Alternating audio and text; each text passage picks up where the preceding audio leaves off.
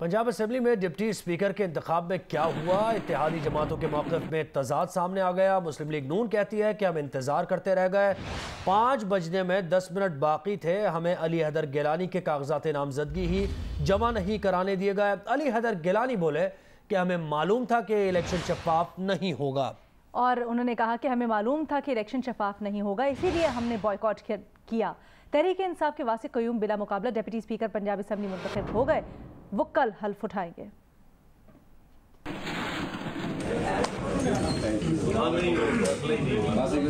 Punjab assembly کے deputy speaker کے انتخاب کے لیے کاغذات نامزدگی جمع کرانے کے لیے ہفتہ شام 5 بجے تک کا وقت مقرر تھا۔ اپوزیشن اتحاد کے امیدوار علی حیدر گیلانی نے کاغذات نامزدگی وصول تو کیے لیکن جمع نہیں کرائے، جس پر سیکرٹری اسمبلی نے واسق قیوم کے بلا مقابلہ منتخب ہونے کا اعلان کر دیا۔ واسق قیوم عباسی کو نامزد کیا گیا ہے۔ پنجاب اسمبلی کے باہر میڈیا سے گفتگو میں پی ٹی آئی رہنما راجہ بشارت نے کہا کہ اپوزیشن نے کاغذات نامزدگی وصول کیے لیکن جمع نہیں کرائے، انہوں نے اپنی سیاسی ساکھ بچانے کے لیے کاغذات جمع نہیں کرائے۔ نومنتخب ڈپٹی اسپیکر واسق قیوم کا کہنا تھا کہ اب جلد وفاق کی طرف بھی جلکار ہوگی، جب تک شفاف الیکشن نہیں ہوں گے ملک کی معاشی حالت ٹھیک نہیں ہوگی۔ ایک بات بڑی واضح ہے کہ انہیں اپنی شکست جو ہے وہ نظر آ رہی تھی، انہیں معلوم تھا کہ جو کل کا ان کا ایک ووٹ کا ٹول ہے اس سے زیادہ ان کو ووٹ نہیں ملنے۔ اب فیڈرل کی طرف یلغار ہے، انشاءاللہ ویری سون ہمارے ملک پاکستان میں یہ جو ہماری اکانومی کے کرائسس ہیں اس کے حل کے لیے جب تک الیکشن نہیں ہوں گے تب تک آگے نہیں بڑھیں گے۔ مسلم لیگ نون کے چیف ویب خلیل طاہر سندھو کا کہنا تھا کہ اسپیکر کے الیکشن میں بیلٹ پیپر پر سیریل نمبر لگا کر ووٹ کی سیکریسی ختم کی گئی، ہم اس کے خلاف عدالت گئے ہیں۔ ایوان میں بھی یہ معاملہ اٹھایا تھا جس پر راجہ بشارت نے مجھے کہا کہ آپ کے ساتھ زیادتی ہوئی ہے۔ پیپلز پارٹی کے رہنما علی حیدر گیلانی نے کہا امیدوار نامزد کرنے پر اپوزیشن اتحاد کا شکر گزار ہوں، لیکن موجودہ حالات میں ڈپٹی اسپیکر کا انتخاب نہیں لڑ سکتا۔ جو ووٹ ڈلوائے ہیں وہی نمبر تھا اپنا جو کاؤنٹر فائل، اور وہی نمبر تھا ووٹر جس نے ووٹ ڈالنا ہے، تو جب آپ اس پہ سائن لے لیتے ہیں پی کہ یہ فلاں ہلکا ساتھ لکھتے ہیں تو دین اٹس ویری ایزی کہ آپ چیک کر سکتے ہیں کہ اس شخص نے کس کو ووٹ ڈالا ہے۔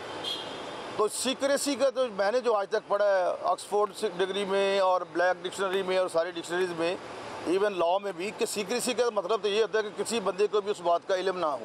ہم ڈپٹی اسپیکر کے الیکشن کا بائیکاٹ تمام جماعتیں کریں گی، تو کل کوئی الیکشن نہیں ہوگا ہماری طرف سے۔ ہم کورٹ میں جائیں گے اور عدالت کا دروازہ کھٹکائیں گے اور ہم ان سے یہ ریکویسٹ کریں گے کہ جو اسپیکر کا الیکشن ہوا ہے کل اس کے اوپر اپنا فیصلہ سنائیں۔ نومنتخب ڈپٹی اسپیکر واسق قیوم کی کامیابی کا باضابطہ پی ڈی ایم اتحاد کے سربراہ مولانا فضل الرحمان نے اپنے کارکنوں سے کہا کہ عدالتوں کو درخواستیں دے کر منت سماجت کر کے حق حاصل نہیں کر سکیں گے، آپ عوام کے نمائندے ہیں اور عوام کے پاس جا کر ان لوگوں کے گریبان پر ہاتھ ڈال کر اپنا حق حاصل کریں۔ مزید کہا پگڑیاں سر جھکانے کے لیے نہیں، سر اٹھانے کے لیے پہنی ہیں۔ پشاور میں کارکنوں سے خطاب میں کہا کہ بین الاقوامی طاقت کے ذریعے عمران خان کو لایا گیا تھا، کوئی جتنا بھی طاقتور ہو، کسی بھی ادارے میں ہو، ہم کسی سے خوف زدہ نہیں۔ نکلنا ہوگا۔ پھر آپ یہ بات سن لیں کہ یہ ہاتھ جوڑ کر درخواستیں دے کر عدالتوں کو منت سماجت کر کے آپ یہ حق حاصل نہیں کر سکیں گے۔ آپ عوام کے نمائندے ہیں، عوام کو لے کر میدان میں آئے اور ان کے گریبان میں ہاتھ ڈال دیں۔ یہ ہوتے کون ہے آپ کو اختیار سلب کرنے والے؟ ہم نے یہ پگڑیاں اس لیے نہیں پہنی کہ سر جھکا کے چلنا ہے، اور عدلیہ کسی بھی ریاست کے لیے ایک ناگزیر ادارہ ہوا کرتا ہے اور اس کا احترام ہم اپنا فرض سمجھتے ہیں، لیکن اگر ایک فرد اپنی ذات میں جج کے عہدے پر فائز ہو کر اپنے رویے سے متنازع بن جاتا ہے اور وہ اپنے اوپر فرض کر لیتا ہے کہ میں نے ایک فریق کو تحفظ دینا ہے، تو میں ان کو بتانا چاہتا ہوں اس سے ریاستیں تباہ ہو جاتی ہیں۔ وزیر مملکت مصدق ملک نے سوال اٹھایا ہے کہ $250 ملین کی منی لانڈرنگ میں ملوث شخص کیسے صادق اور امین ہو سکتا ہے۔ پریس کانفرنس میں انہوں نے کہا کہ عارف نقوی کو امریکہ میں منی لانڈرنگ پر 290 سال قید کا اشارہ دیا گیا۔ عمران خان کے ساتھ وزیر اعظم ہاؤس میں عارف نقوی کی تصاویر سوالیہ نشان ہیں۔ مصدق ملک نے کہا کہ جس شخص کو 290 سال کی سزا کا اشارہ دیا گیا ہو وہ وزیر اعظم ہاؤس میں بیٹھا ہے۔ رہنما نون لیگ پرویز رشید کہتے ہیں کہ عمران نے نہ صرف خیرات کے نام پر اپنی شیطانیوں اور سازشی سیاست کے بدلے غیر ملکیوں سے ڈالر اکٹھے کیے، بلکہ ایسی تقریب میں بھی شرکت کی جس میں پاکستان کے 2 خوبصورت شہروں پشاور اور فیصل آباد کے معزز شہریوں کو غلیظ گالیوں سے منسوب کیا گیا۔ رہنما مسلم لیگ نون پرویز رشید کی طرف سے جاری بیان میں کہا گیا ہے کہ کیا عمران خان اور ان کے ساتھیوں میں اتنی اخلاقی جرت ہے کہ وہ ڈالروں کے عوض موصول ہونے والی گالیوں سے بھی پاکستانی قوم کو آگاہ فرما دیں۔ عمران خان اس قیمت سے بھی مطلع فرمائیں جس کے عوض وہ خود اپنے ناموں کے ساتھ ایسی گالیاں لکھوانا قبول کریں جو تقریب کے منتظم عارف نقوی نے پشاور اور فیصل آباد کے ناموں کے لیے تجویز کی۔ عمران خان یہ بھی بتائیں کہ پاکستانیوں کو غلیظ گالیوں سے نواز کر کن غیر ملکی آقاؤں کو خوش کر کے پیغام دیا گیا کہ مجھے اقتدار دلاؤ، میں تمہاری نظر سے پاکستان کو دیکھتا ہوں۔ دوسری جانب تحریک انصاف کے رہنما فواد چودھری کہتے ہیں کہ فائنینشل ٹائمز میں کوئی نئی بات نہیں، ہم تو مان رہے ہیں کہ $1.3 ملین پی ٹی آئی کو ووٹرن سے ٹرانسفر ہوئے، ہمیں سمجھ نہیں آ رہی کہ الزام کیا ہے اور ہمیں جواب کیا دینا ہے۔ اگر شیخ نایان نے عارف نقوی کو فنڈنگ کی ہے اور اس سے برطانیہ کے قوانین کی خلاف ورزی ہوئی تو تحریک انصاف کا کوئی لینا دینا نہیں۔ فواد چودھری نے دعویٰ کیا کہ جواب تو نون لیگ کو یہ دینا ہے کہ وہ کہہ رہے ہیں کہ $20 ملین تو شریف فیملی کو بھی آفر ہوئے تھے، اس پر نون لیگ خاموش ہے۔ پہلی بات تو یہ ہے کہ جو فائنینشیل ٹائمز میں کوئی نئی بات نہیں ہوئی، ہم مان رہے ہیں کہ یہ $1.3 ملین جو ہیں یہ پی ٹی آئی کو ووٹن سے ٹرانسفر ہوئے تھے، ہم نے یہ ڈکلیئر کیے ہوئے اکاؤنٹ۔ اس میں ابھی تک مجھے سمجھ نہیں آئی کہ ہم نے ایلیگیشن کیا ہے اور ہم نے جواب کیا دینا ہے۔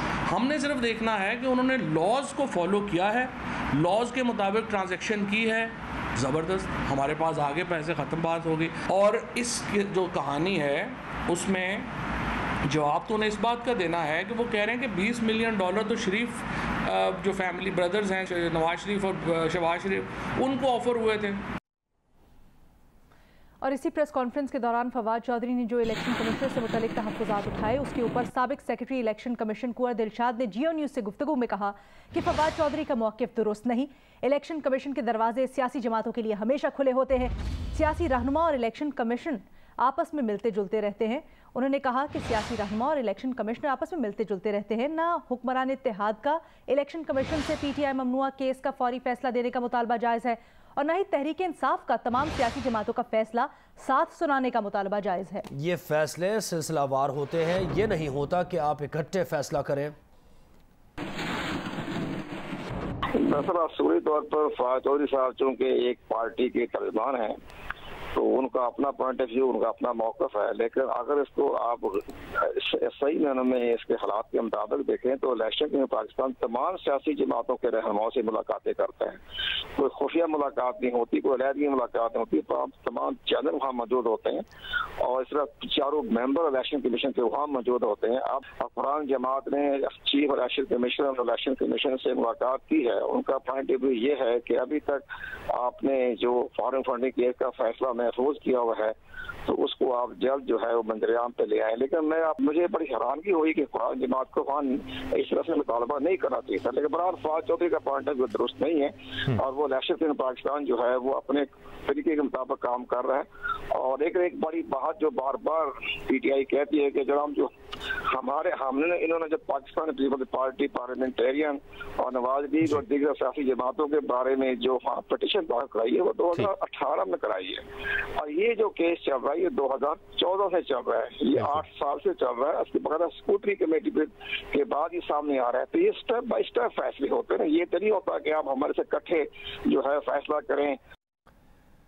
بلوچستان میں بارشوں اور سیلابی ریلوں کے نتیجے میں تباہ کاریاں جاری ہیں۔ ضلع چاغی میں سیلابی ریلے میں بہہ جانے سے 3 بچیاں جاں بحق ہو گئیں۔ 2 روز کی بارشوں کے بعد ضلع نوشکی میں جا بجا تباہی کے مناظر ہیں۔ شہریوں نے محفوظ مقامات کی طرف نقل مکانی شروع کر دی۔ کوئٹہ تفتان ریلوے سیکشن کی مرمت کا کام 3 روز بعد بھی شروع نہ ہو سکا۔ کوئٹہ سے دیکھیے ندیم کوثر کی رپورٹ۔ ٹریکٹر ٹرالی میں سوار یہ خاندان نوشکی کے علاقے قادر آباد کا ہے۔ ان کا کچا مکان چند روز قبل سیلابی ریلی کی نظر ہو گیا۔ بروقت حکومتی امداد نہ ملنے کے بعد یہ خاندان محفوظ مقام کی تلاش میں ہے۔ حالیہ بارش اور سیلاب کے بعد صرف یہ ایک خاندان کی ہی کہانی نہیں بلکہ ضلع نوشکی میں طوفانی بارش کے بعد آنے والے سیلابی ریلوں سے 2000 کے لگ بھگ مکانات تباہ ہو چکے ہیں۔ یہاں کے باسی اپنی سر کی چھت کے علاوہ